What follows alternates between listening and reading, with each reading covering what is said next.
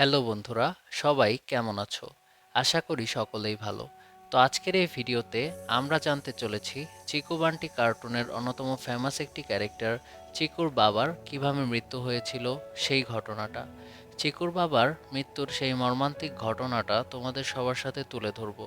So বন্ধুরা, তোমরা যারা চিকু বান্টি কার্টুন দেখতে পছন্দ করো তারা সবাই এই ভিডিওতে একটা লাইক করে দাও এবং কমেন্ট করে আমাকে জানাও এই কার্টুনের তোমার সবচেয়ে পছন্দের ক্যারেক্টার কোনটা।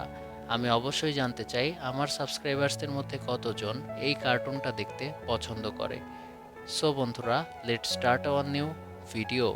একদিন চিকু বান্টির বাবা অফিস থেকে রাতে বাড়ি ফিরছিল।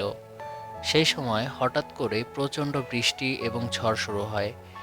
প্রচণ্ড ঝড়ে চিকু বান্টির বাবা রাস্তায় একটি ছাউনির নিচে আশ্রয় নেয়। চিকু বান্টির বাবার সাথে অনেক টাকা পয়সা ছিল। এই সময় একদল ডাকাত এসে চিকু বান্টির বাবার কাছে তার টাকা পয়সা সবকিছু ছিনিয়ে নিতে চায়।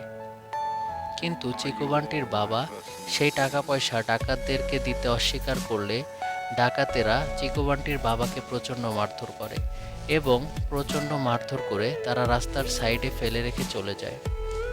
তো এরপর অনেক সময় পার হয়ে যায়, এখনও চিকু বান্টির বাবা তাদের বাড়ি ফেরেনি।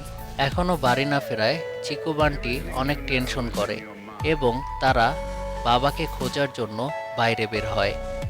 এরপর তারা রাস্তা দিয়ে যাওয়ার সময় রাস্তার পাশে রক্তাক্ত অবস্থায় তাদের বাবাকে দেখতে পায়। সাথে সাথেই তারা দেরি না করেই তাদের বাবাকে হসপিটালে ভর্তি করে, কিন্তু অনেক বেশি দেরি হয়ে গিয়েছিল। ততক্ষণে চিকু বান্টির বাবা হসপিটালেই মারা যায়। এই ঘটনার পর চিকু বান্টি অনেক বেশি কষ্ট পায়। এরপর তার বাবার খুনিদেরকে ধরার জন্য চিকু বান্টি তদন্ত শুরু করে পুলিশের সাথে।